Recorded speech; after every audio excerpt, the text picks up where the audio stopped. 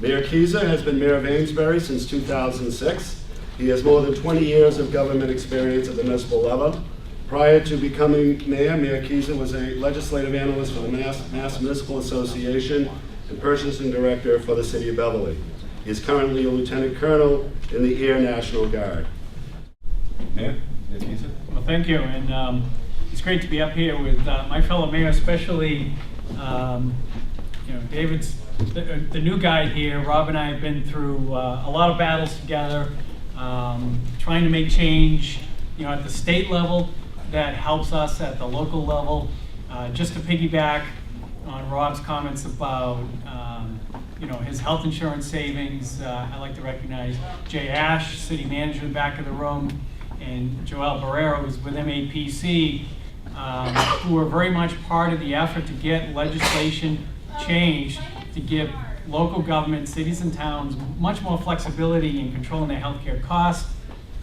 For Amesbury, by getting the new law put in place, I didn't actually implement the new law. I used it as my second option, if my first option, to sit down and negotiate with the unions and get us to agree to significant changes in the health plans, and to save Amesbury $880,000 in 1 year, a significant savings on just one line item. And we are in the midst of a revitalization of our heritage into the new cutting edge industries that are really leading the way in our economy.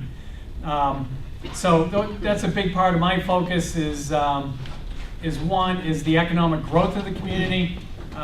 We're fortunate enough to have, we've gone from about a 13% commercial industrial base, and we're up to 16% and heading north on that. So we're able to grow our commercial base to try to give more relief on the residential side.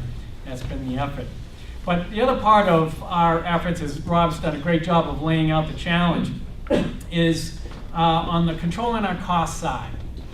Being able to control costs so that everybody thinks we're going to cut costs and we're going to cut taxes. The reality is trying to limit the increases, limit the growth as much as possible. And what I like to say is to limit the unavoidable cost increases coming in the future.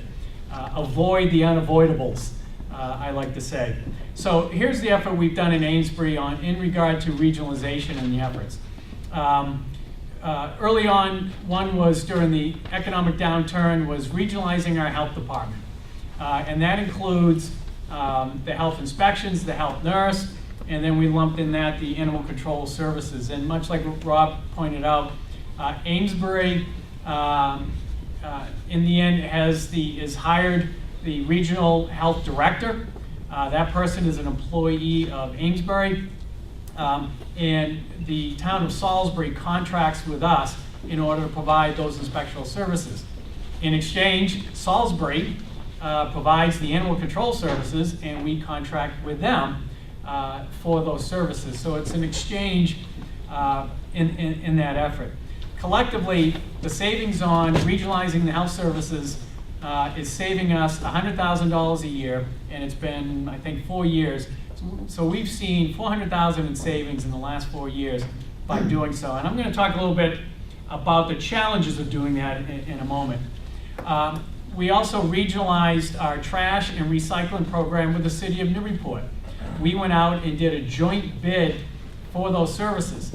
And the way we structured the bid is bidders could bid on Newburyport alone, Amesbury alone, or the two cities combined.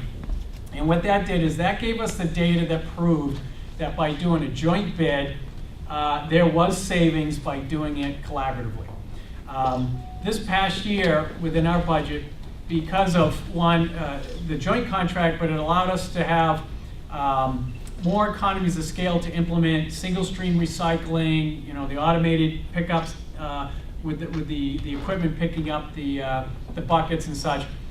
We're seeing $115,000 savings in our trash recycling line item this year. A good amount of savings, and part of that is because the residents have really embraced single stream recycling. everything goes in one bucket and it goes in the end of the driveway and it's gone. And our participation rates have gone up significantly to create that savings. But we saw documented savings by bidding jointly. Amesbury is one of 6 communities in Essex County that is moving forward on a regional communications center or a 911 dispatch center. Again, another area that's been a challenge to implement. But from a savings sense, we're looking at $214,000 in savings for our budget this year by moving forward with the regional dispatch center. And the level of services are going to be much greater than what we were able to do on our own. Again, I'll talk a little bit more about that one. One of the things, one of the reasons I have a relationship with some of the folks here in the room is back in 2001, working for the Metropolitan Area Planning Commission, I helped create with Steve McGoldrick the Metropolitan Mayors Coalition, which is still in existence. These folks are still doing that, and it's the Metro Boston mayors working together to create this collaboration and creating opportunities for regionalism.